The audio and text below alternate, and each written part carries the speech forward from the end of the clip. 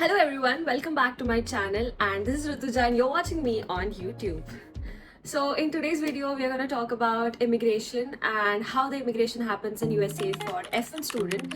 So last from my videos I got so many messages from you all saying that I have got admit from Northeastern University, so many of Corey College and business school and even MPS Analytics, data analytics. A lot of you reached me out on LinkedIn and as well on Instagram, and I'm really thankful for you all. Few days back I got a message on LinkedIn from some student who was asking about immigration status and how is immigration in US and what all things are required for an F1 student to carry with them for immigration. And so without further ado, let's get started. So at first I want to congratulate you all. If you're watching this video, that means you already have your admit letter, your acceptance letter, your flight ticket with you, and that's the reason you're on this video watching me for immigration. So it was hell of a ride for you all as well, like it was for me, to pack my 23 kg bag, my cabin bag, my backpack, to manage the weight and everything. And I hope you all have gone through it, and be proud of yourself as you have all done everything all about it. So today we are going to talk about immigration. Now during the immigration there is one thing which you always need with you. Now let's talk about right from start that you're gonna go into the plane. Okay, so first thing, when you're going to this to the plane, you will be having your 23 kg 2 bags and one cabin bag and one backpack. Where to keep your documents? Okay, so this is the first question which arises with everyone. You should always keep your documents with you in your cabin bag or in your backpack.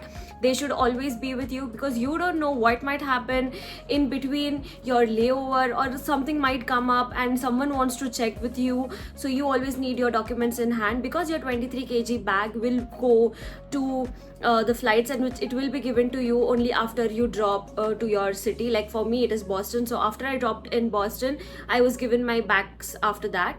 So always keep your documents in your bag, that is 7 kg bag or your backpack. Okay, what all documents you require? So I have a book with me, that's why I'm gonna read from here, but for you all I will be placing all the documents name over here, so you can take a screenshot and understand what documents you all need. So first thing is your passport. Of course you already have your passport and you already will be having your visa on it, so please make sure your passport is in good condition. Especially the picture on your passport should be visible very nicely, and it should not get damaged. There should be no pencil mark, no pen mark on that, and your visa as well. The third thing is I-20. Please make sure you have a good copy of I-20. If possible, carry 2 to 3 copies of I-20. If you lose anything or anything, please make sure you have 2 to 3 copies of I-20. Then your service fee receipt. You already might be having it because you need to show it during your visa stamping. But yeah, carry with you your admission acceptance letter. This is very much important, and this will be asked to you during your immigration. So carry your acceptance letter, your fees pays letter. Now I'll tell you, this is one query I have been asked, that should I pay my fees before coming to US or should I pay it after coming to US? I paid my fees before coming to US. I'll tell you why. During my time when I came in 23 August last year, this time only, few students were asked about their fee receipt, and few students were stopped because they did not pay the fee receipt. Okay, like they did not pay the fees of the college, because the immigration people the officers want to know that you're going to continue your education, because there are things happening. You all are watching news that people are coming here through F1 visa and they are not continuing to the college. They are like working in some third parties and all that. So to stop that, you need a fee receipt. That will be a good proof that you are a student and you're here to study. After that, you need your IELTS score card. This won't be asked to you, but make sure you have it, because I remember some of my friends which came during with me, one of them was asked IELTS scorecard, because while talking he could not talk properly because he was so tired during his flight that when he was talking his voice was not coming properly. And then the immigration people asked me that do you have your IELTS scorecard, because speaking English is very much important here. So yeah, carry it. Your health insurance, this will be like the ratio is 10:2, that it might be asked to you, that do you have a health insurance, because obviously you are a student here, you cannot afford the like health here. If you can, good, but people here expect you to have an health insurance, so do carry your health insurance receipt with you. Your vaccination documents, very very important. Related to vaccination documents, what you need, your university might have already shared to you. You have to fill that document and you have to upload it to your university portal. And also please carry that receipt with you, or please carry that entire 3 to 4 page document it is, and you can carry it with you. Your proof of financial support, your, if you're taking a loan, your loan receipt, if your scholarship receipt, and your whatever funding through what you're getting, your liquid funds and everything, your CA letter, everything you might carry with you. And that's all. These are all the important documents you might need during your immigration support. If I'm missing any of the documents, I might mention it here, but do carry. These are all important documents. After your immigration is, after you carry these documents, now let's go how the immigration happens. Okay, so this is all about documents. Now let's start how immigration happen. Okay, so during your immigration, what will happen, that you need to you will be coming out of the flight, and there will be all your body checking and everything will be done, your bag checking and everything, and you will be sent out. When you will be sent out, there will be a place, there will be a huge line. That line might take 1 or 2 hours depending on how huge that line is, and you will see everybody is sent, that person is sent in 2 places, and something is happening, they are talking to someone. What is that happening? So actually they are taking your small interview. Do not afraid at this point what this interview is about. This interview is not like your visa interview. This will be a very simple interview. They just want to know things from you, that whatever is there written on your document, is that true or not. Okay, so one place when you will go, they will ask you your passport, your I-20, your acceptance letter, and they will ask you one question: what is the purpose of your visit?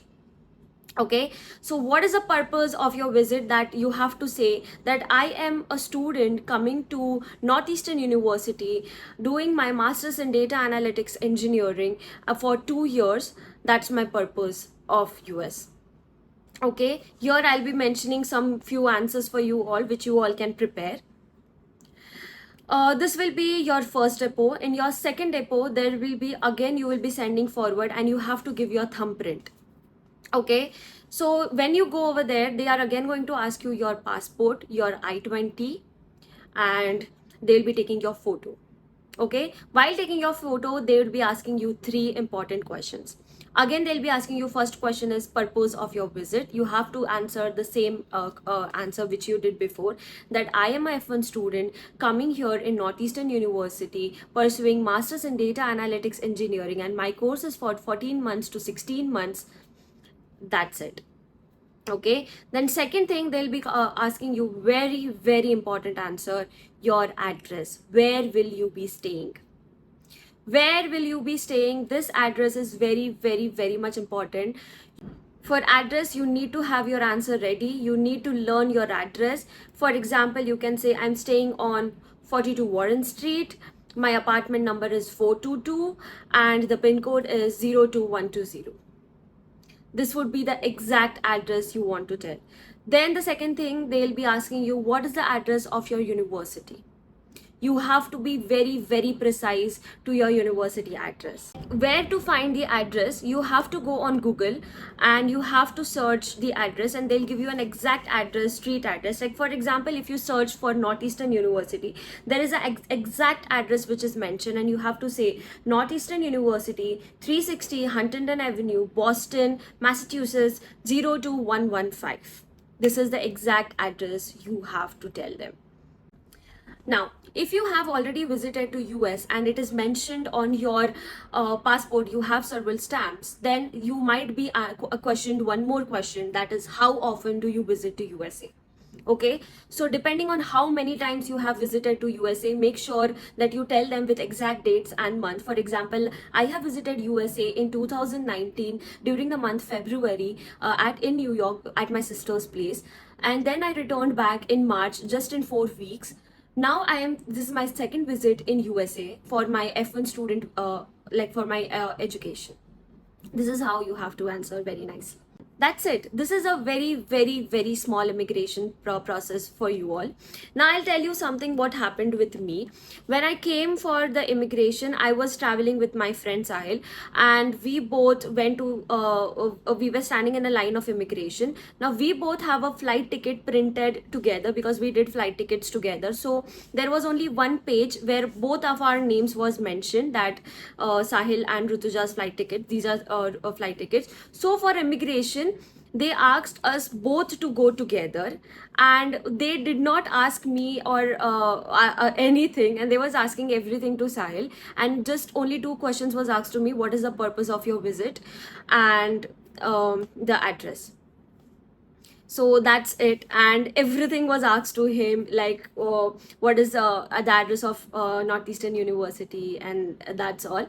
So this is actually a plus point. This generally does not happen often, but maybe during our time there was a lot of rush and they were sending us together everywhere, literally. Even while going from, like, I stay in Mumbai, from going from Mumbai also, we had our flight tickets merged. There also, whatever they were asking questions and everything, they were sending us together only. He was only the person who was submitting my passport as well, his passport as well, my documentations, like my I-20, his I-20, everything together. I don't know if it is for everyone, but for me this happened.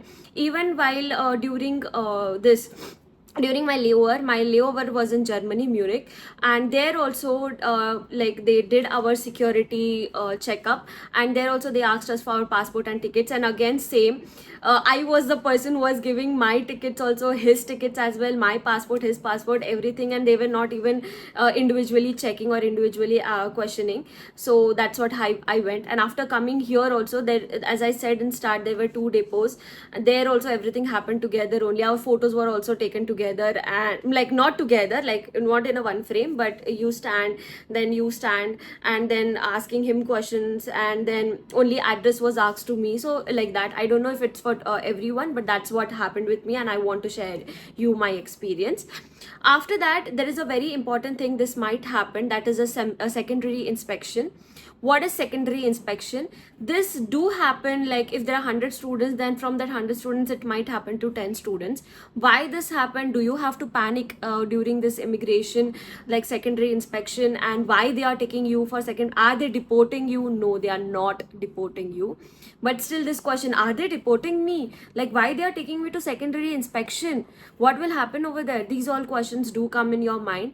So I will tell you about secondary inspection. Secondary inspection is happening because there might be incomplete documentation with you, or there would be changes of name in the documentation. Like for example, I'll tell you, this happened with my friend.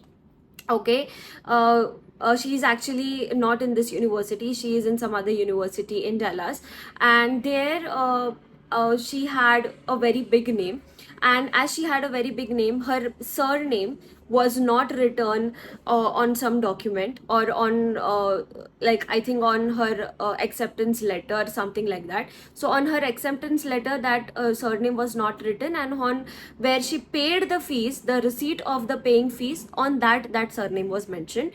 So they were quite confused that why this is a change in the name. So they took her to secondary inspection, and they started verifying what is this issue.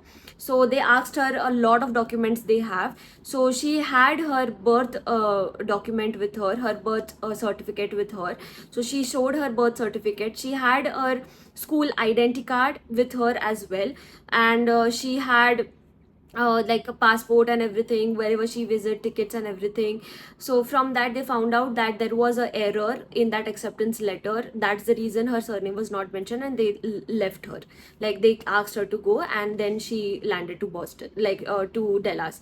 So do not worry about it. It's just because there is some error. You do not need to be afraid of anything. You have to be very confident. They are not gonna send you home, because to send you home, that will cost them more expensive, like $2,000 or $1,500 ticket, and they don't want to spend money on everyone like that. They just want to verify that you are a student and you are coming here for your education. Okay, so that's all about this video, and I will meet you in the next video. And if you have any questions, please do ask me on my LinkedIn or on my Instagram, and I will make sure to answer all these questions in within 24 hours.